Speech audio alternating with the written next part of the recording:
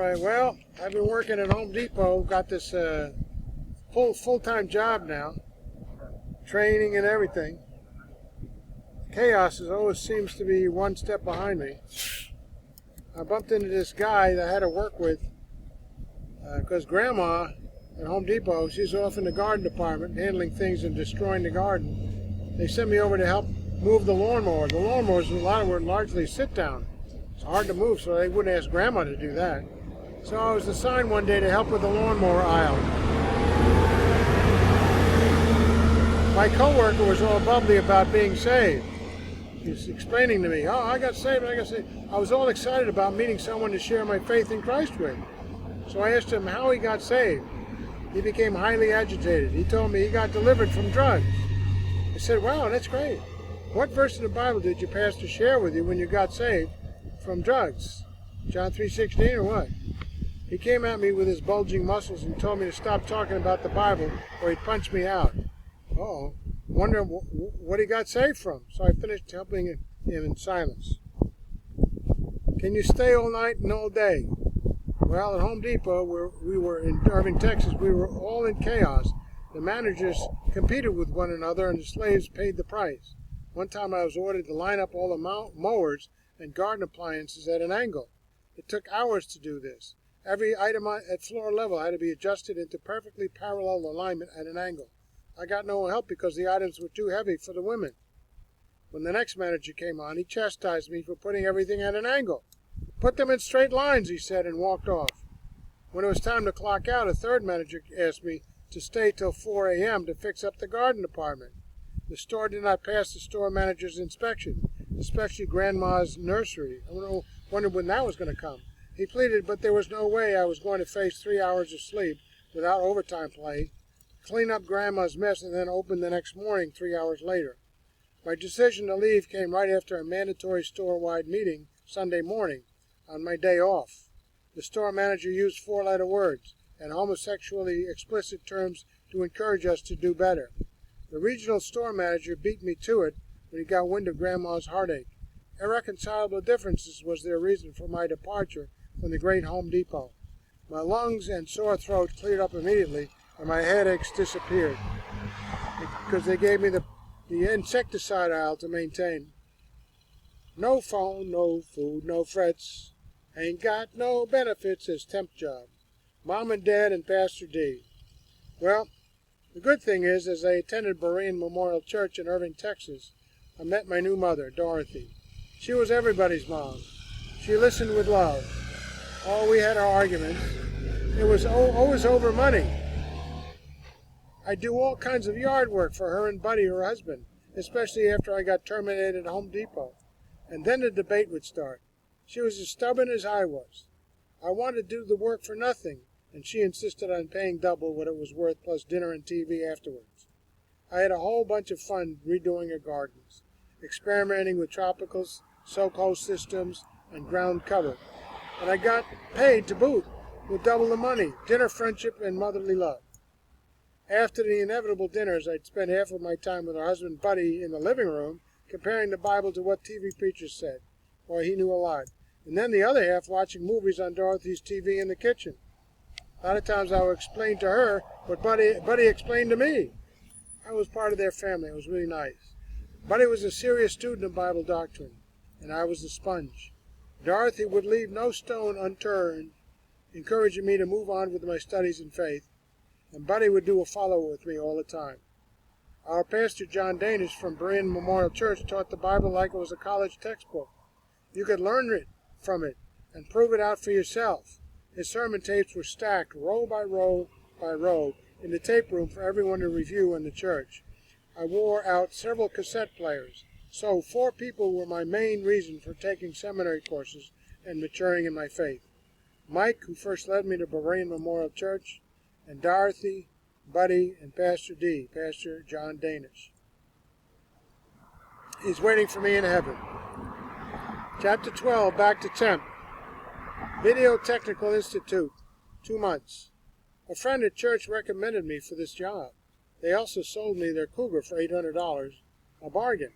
So I was on the road again at VTI as a temp. My boss pushed the hot TV sales leads in our interview. Day 1, no hot leads today. Take these cold mail in leads and see what you can do with them. That's why I got there. The leads were hot and then they never were. Anyone in sales will tell you there's a difference between a hot TV call-in lead and cold, once turned over down mail leads. As it turned out, the TV leads were all given to in-house reps. I got the no-shows if I was lucky. The Cougar carried me all over North Texas. Names like Cleburne, Waco, Fort Worth, or they say Fort Worth, Waxahachie, Denton, Greenville come to mind. Trailer parks, public housing, dirt floors were my territory. I interviewed prospective students to go to Video Technical Institute and their families for acceptance into VDI. I remember lifting up my feet not a few times to let the rats scramble through my feet. No one except me took particular notice of these pets. I closed a few deals and fewer still showed up for school. I drove many miles to come up empty all too often. The manager kept promising me hot leads, but they never materialized. I was a bit too diligent with the cold leads and soon came to no leads at all. Time to move on. VTI went belly up 6 months later for playing games with Pell Grants. Every place I go, they're breaking the law. HermanMiller, making office furniture. I used to sell this stuff. Beautiful, top-of-the-line office furniture. Now I'm making it. I met Dina from my church. She was so happy to see a fellow Christian working there. Everyone here is so unspiritual, she said. I wondered if she knew I wasn't all that perfect myself. I put on the white paper suit, hat, shoes, gloves, face mask, and earplugs. What am I getting myself into? We followed the trainer single file to the back of the factory. Thud! A she-man pulled up a forklift and set down a pile of thick metal sheets punched all through like Swiss cheese. She never blinked once, hardly stopped as she backed out, luckily I wasn't behind, and disappeared into the bowels of the factory. Made a mental note not to get in her way. We were sandwiched in on all sides with equipment. I copied every move of my trainer. Behind me were shelves loaded with long, rectangular sticks. The noise was deafening. I pushed my earplugs in a bit more. Turn around, pull 2 sticks, slap down on table, 3 short ones, make window frame, pick up heavy tool, push air hose out of the way, slam staple nose down on joints, be quick, don't miss, get the right angle. Man, this thing's heavy, flip it over, no wonder there are only men doing this job, flip it over, chow, chow, chow, chow, chow, slamming in nails, stay with trainer, do your 50%. The paper suit was constantly in the way, rustling and tugging with every move. The overshoes caught on everything. Dangerous if you fall. Stuff is flying everywhere. Holster the stapler. Reach to left. Slide your fingers under the top sheet. Man, that thing's heavy. Nearly broke off my fingernail. What's with the Swiss cheese effect? Slide it up and over the window frame. Line up the edges. I was really getting into this. I'm actually making something useful with my own hands. With macho tools. Draw that nail gun from its holster. Man, that thing looked deadly, and it was. Put it against your face, you'd be dead. Draw, partner. Oh, my aching wrist. Wonder if I could switch hands after a while. Bam! Scared me out of my paper suit. I looked up. My trainer shot the first nail into the Swiss cheese. It's like thick iron. Shot right through that iron, the nail. Bam, bam, bam, bam, bam, bam, bam, bam. Never let up. Deafening. I shot my first nail. Bam! I grinned. Bam, bam, bam, bam. My line was wobbly, but I didn't miss. At least I got all the nails in and didn't nail my finger or my knee. Man, you can kill somebody with this tool. Gotta be careful. It went right through the metal and the wood frame. I went 1/3 the speed of my trainer till I picked up on the accuracy and straightened out my lines. 1 nail every 2 inches. Didn't miss the wood underneath. A couple of days later, we were finishing at the same time. Missed a few times trying to keep up with him. Got to keep and pull out the nail. Got to stop and pull out the nail when you miss. Check to see if the frame is okay. If you miss and crack the frame, you start over. Don't leave any loose nails if you miss the wood. It ruins the panel fabric. Flip it over. Bam, bam, bam, bam, bam, bam, bam. Hee-haw! Shove that panel down the line. Turn around. Get some wood. Draw the stapler. Chow, chow, chow. I got tired and sore real quick. Fingers and wrists were numb. Beep! Break time! Unzip the white suit. No time to take it off. Sip your Dr. Pepper. Beep! Break's over. Single file to the rear. Gloves, face mask, earplugs back on. Rotate positions. Now I know what the white suit was for. The next step was fiberglass.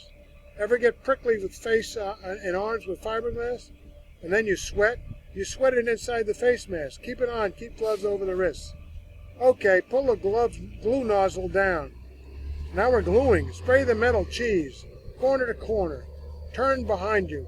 Pull out the fiberglass panel. Float it down on the metal. Pat it down. Flip it over. Wait! Work with your partner. Panel's too heavy for one. Breaking back work. Back breaking work. Do the other side. Spray, float, pad, put it on the pallet. Next panel. Again, I work with no women. All the men did this work. We all had equal jobs, except the women didn't take the equal jobs. Sometimes we had a fifth wheel. He spritzed the glue and kept the pallet moving down the line. Otherwise, Rookie did double work. When the pallet was 6 feet high, you rolled it down the line, picked up another 40-pound board, and slammed it on the conveyor. 40 pounds got heavier every hour. As the weeks rolled by, I noticed that the woman bypassed this line. Yep. Next, beep, quitting time. Couldn't wait to get that monkey suit off. I was still prickly here and there. My wrists and cheeks weren't well covered. Got to keep the mask and gloves covering all of me. An introduction to Calvin and the devil. Well, on the job as usual, I meet somebody.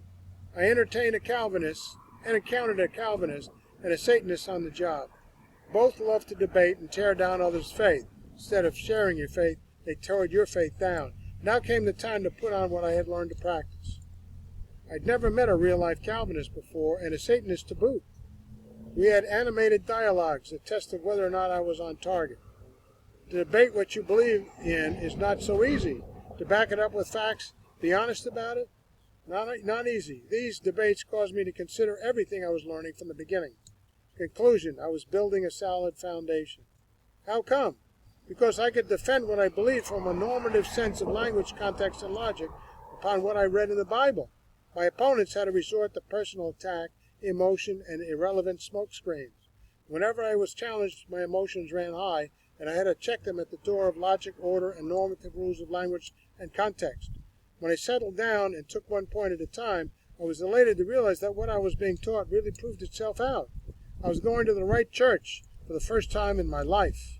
Mr. Calvinist refused to read any of my rebuttals, but he constantly gave me things to read. He thanked me for stirring up his motivation to go back to studying the Bible. Sad to say, he studied it in a dishonest way, trying to pull passages out of context in order to refute what I was learning. When he refused to read what I had carefully prepared for him on the subject of unlimited versus limited atonement, I looked him in the eye and saw a little flicker of fear that his beliefs were really being challenged by a close examination of the Bible. He couldn't even reach out and touch what I offered him. He turned away and never spoke to me again. It was interesting to note that we had an agnostic Jew listening to our conversations all the time. He seemed to long to trust in Jesus for his salvation, and I tried to lean in that direction. But my Calvinist adversary had little interest in tending to his friend's salvation. He only wanted to beat down my theology with ever-increasing emotion and personal attacks. That's what happens when you adopt such a theology that does not stand up to what the Bible says, and it disregards the needs of the personal soul to be saved. And frames and framing. After weeks in the fiberglass dungeon, I was moved to learn 2 new positions. Dina helped train me. I thought we'd get a chance to talk about spiritual things, but all I got from her was constant bickering with She-Man on the forklift. One time it got physical. In between, I got a little training. The positions were simple, but you had to keep on your toes. You didn't shoot your toe off or something. The assembly line switched panel types all the time. I had to keep up with the supply of side panel frame components at one position and run over to another station and put top caps on the incoming panels before they got to the main production line. Position number 1. Put the end piece in place on the right end of the frame piece. Insert the stick into the machine. Push the button. Repeat. Stack the batch in the shelf at the assembly line. Go make another batch, whichever size is low. Watch the supply line for changes in incoming